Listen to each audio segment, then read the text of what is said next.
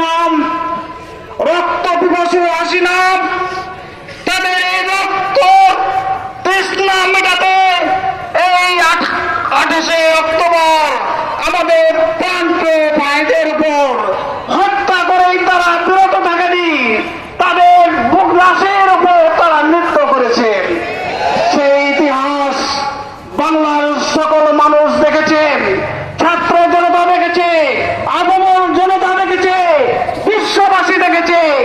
এই খুনি হাসিনার ইতিহাস আজকের খুনের ইতিহাস নয়, তার বহিঃপ্রকাশ গত 5ই আগস্টের এই সরকারের ন্যাক্কারজনক পতন। সম্মানিত আমার, সেই পূর্ব সূত্র ধরেই তারা মনে করেছিল এই ছাত্র জনতার একটি ছোট্ট ইস্যুকে তারা